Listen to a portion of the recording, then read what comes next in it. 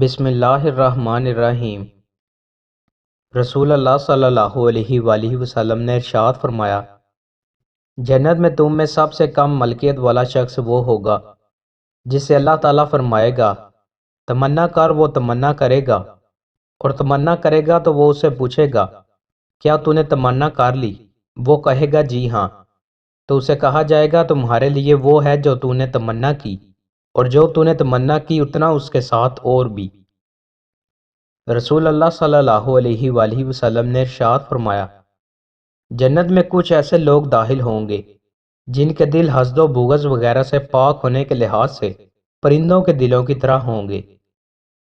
رسول اللہ صلی اللہ علیہ وآلہ وسلم نے ارشاد فرمایا، جنت والے اپنے اوپر بالا خانوں کے مکینوں کو اس طرح دیکھیں گے جس طرح تم مشرق یا مغرب کے افق میں چمکتے ہوئے ڈوبتے ستارے کو دیکھتے ہو، اور یہ تمہارے باہم مراتب میں فرق کی وجہ سے ہوگا۔ انہوں نے عرض کیا، اللہ کے رسول، یہ انبیاء علیہ السلام کی منزلیں ہوں گی جہاں ان کے علاوہ کوئی اور نہیں پہنچ سکے گا۔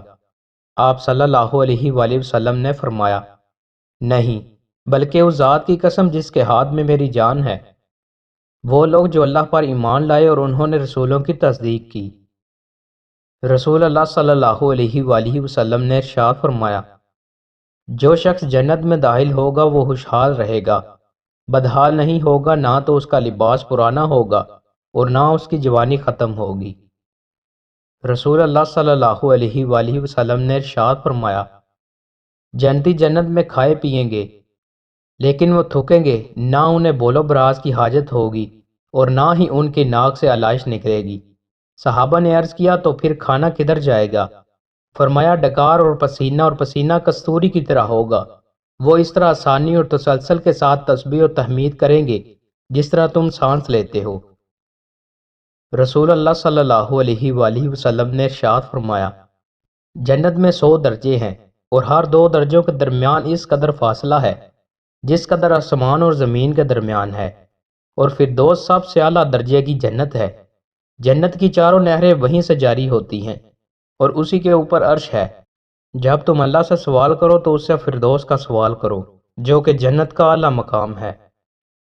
رسول اللہ صلی اللہ علیہ وآلہ وسلم نے ارشاد فرمایا، یہ سعد بن معاذ رضی اللہ تعالیٰ عنہ وہ شخص ہے جس کی خاطر عرش لرز گیا، اس کے لیے آسمان کے دروازے کھول دیے گئے اور اس کی نماز جنازہ میں 70,000 فرشتوں نے شرکت کی، لیکن اسے بھی قبر میں دبایا گیا، پھر ان کی قبر کو کشادہ کر دیا گیا۔ دوستوں، مزید اچھی ویڈیوز کے لیے ہمارے چینل کو سبسکرائب لازمی کریں۔ بہت شکریہ۔